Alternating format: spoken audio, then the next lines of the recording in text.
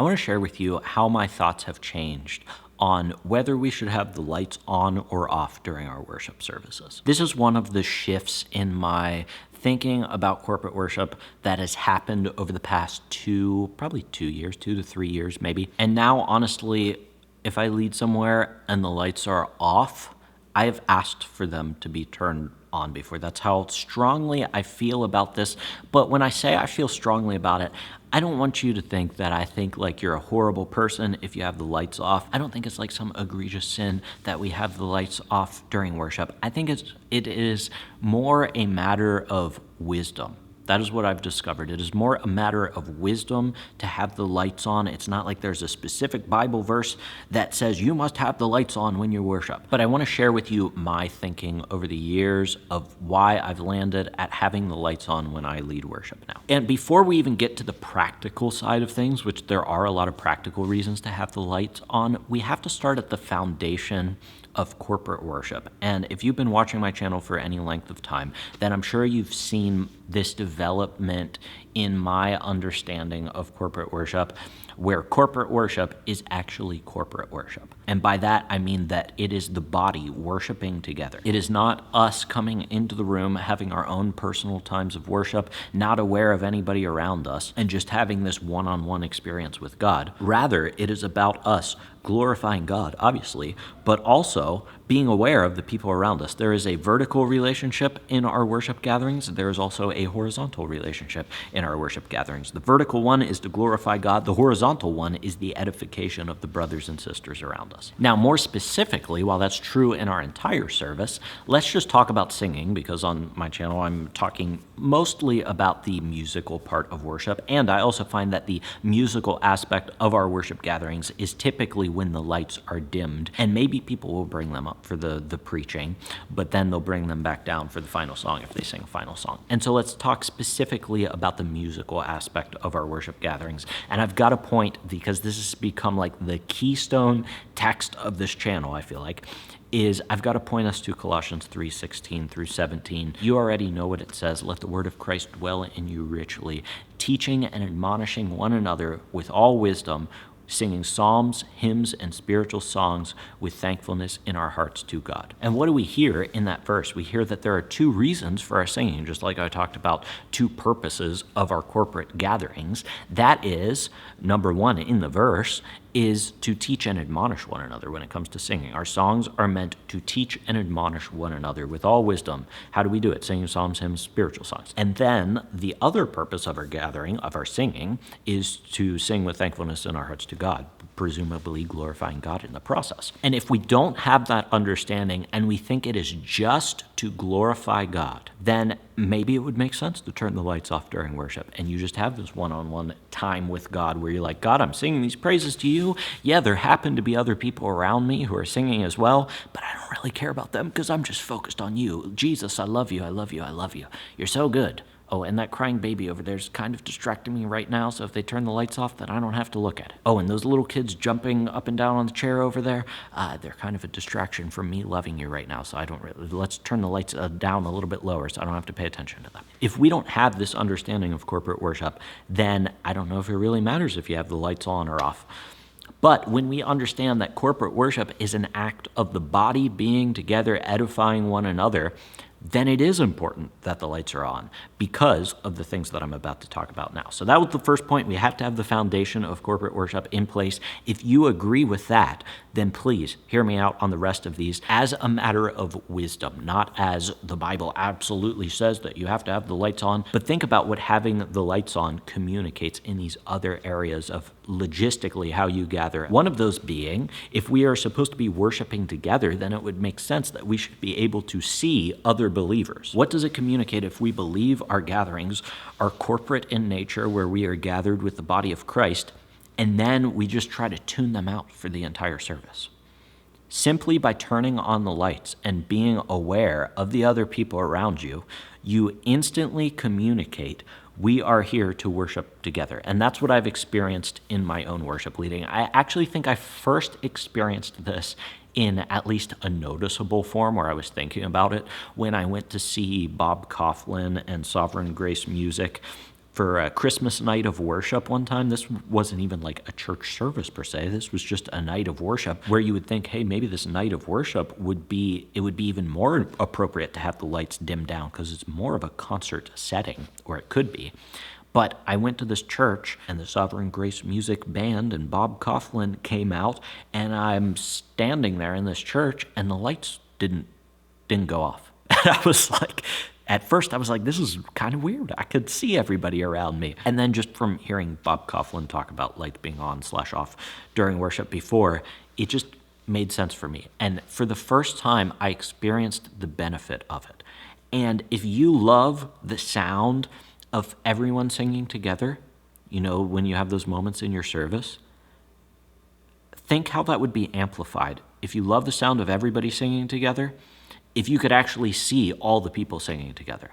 And this is true for you on stage too. I know we're going to talk about this in a minute. I know the spotlight is on you. The lights are bright in your face and the room is dark and you can't see anyone.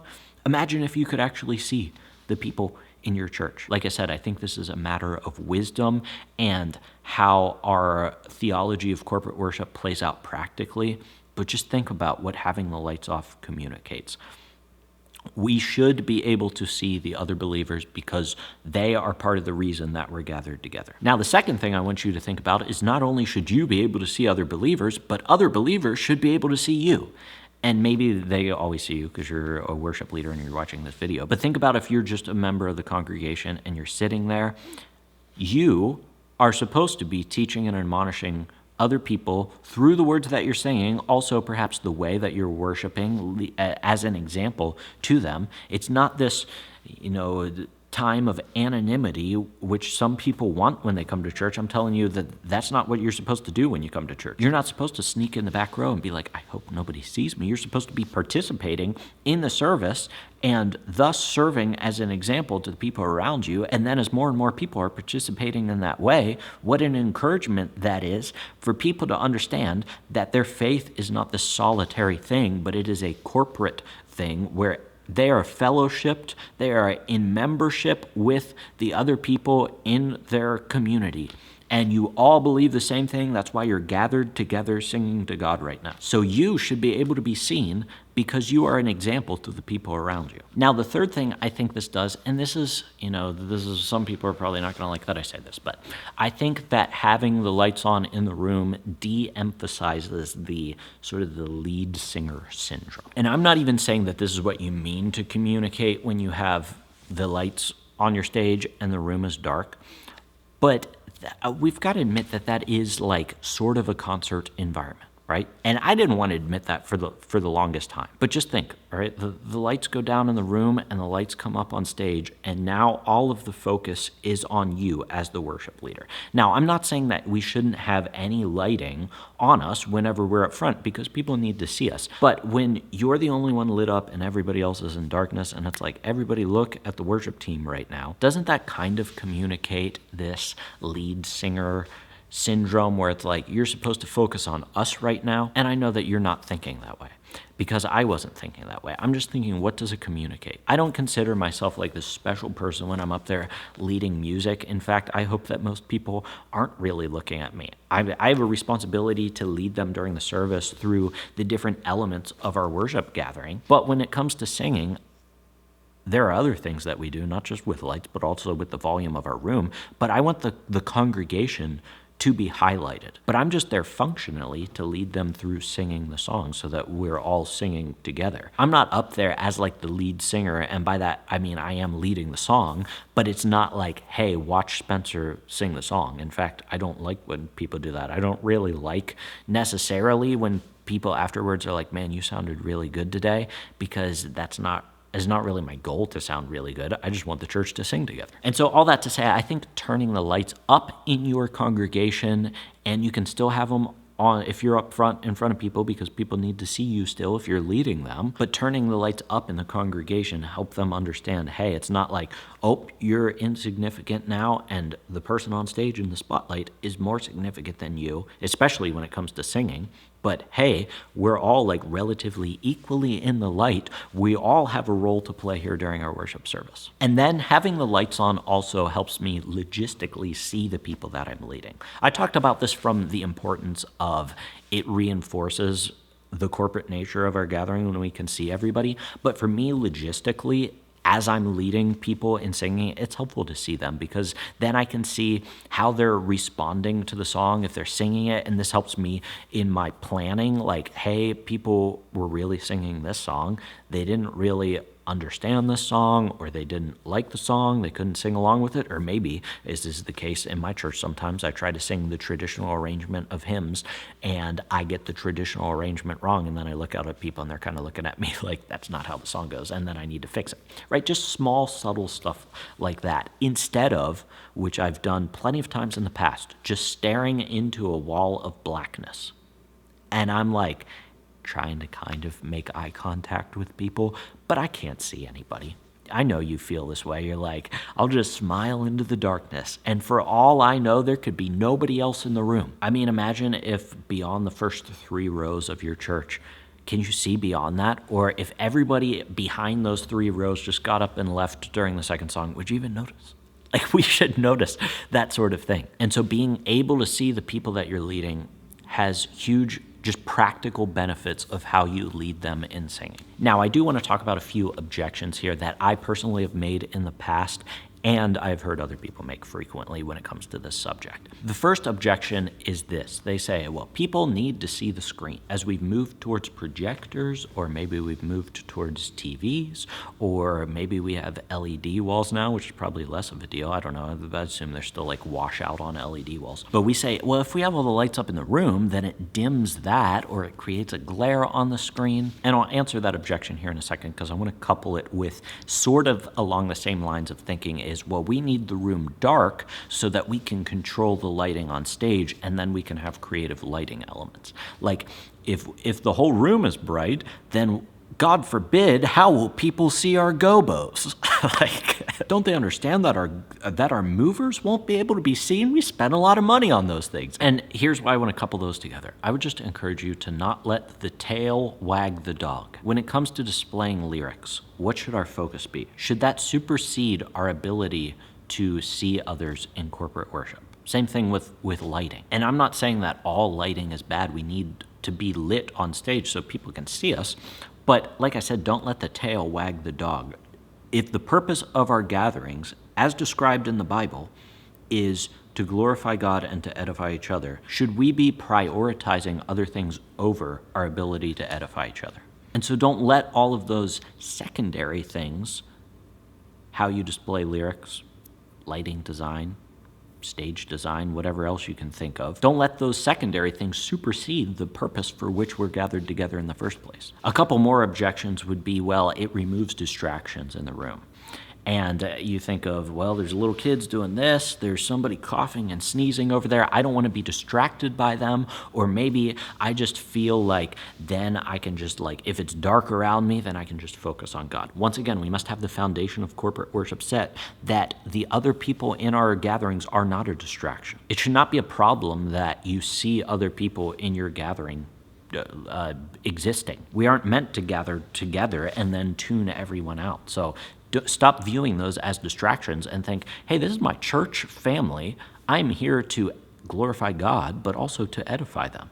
And so I should be seeing them right now. I should see that guy sneezing over there. And then after the service, I should go up to him and say, hey, how are your seasonal allergies this year? Oh yeah, you're struggling? Well, let me pray for you. And then just one more objection, and that is that I don't think we would ever say this, but I think we have kind of acted in a way where we think that dimming the lights sets the mood. And we would never use that phrase. We would never say, well, I think it sets the mood. But we might say something like, it makes it more comfortable in here. It makes it a more homey environment. It makes it more inviting, or people don't see you when you come in late, so it's more inviting in that way. Or maybe, and we would probably never say this, but maybe we act this way, I have this ethereal, mystical connection with God better in the dark than I do in the light. But once again, I would just point you to the purpose of corporate worship, that being, what does that say about having a personal time of worship versus a corporate time of worship where we're all together? And so if you want to implement that into your church, just try it some Sunday. It's not going to be, you have 52 Sundays in a year. Try having the lights on. Maybe even you can teach on that in the moment at the beginning of your service. You say, hey, things are a little bit different this Sunday. If you haven't noticed, usually we have it pitch black in here. And I've just been thinking recently about how we are to teach and admonish one another. You can read Colossians 3:16. I've been thinking about how we're supposed to do this when we're together. And so I want us to focus on that this morning, teaching and admonishing one another. When we gather together, let's be aware of the people around us. As we sing these songs, as we pray these prayers, as we take communion together, as we hear the preaching of God's word, let's do it for the glory of God, but also for the edification of one another, seeing the other people around us, knowing that we are not alone in our faith, but we are all being built up by the faith of one another. And then leave the lights on during your service. If you need help speaking like that and you feel uncomfortable speaking like that in your service, then check out down below the 5 worship speaking transitions I put together. It's called 5 worship speaking transitions you can use this Sunday. I have them all typed out for you. They're pretty much word for word so that you can just read them, but I don't want you to just read them because I also give you the bullet points of each of those speaking transitions so that you can let the speaking transitions come out naturally instead of just reading a word for word script. So check that out down below. Other than that, until I see you in the next video, keep leading worship well with the lights on.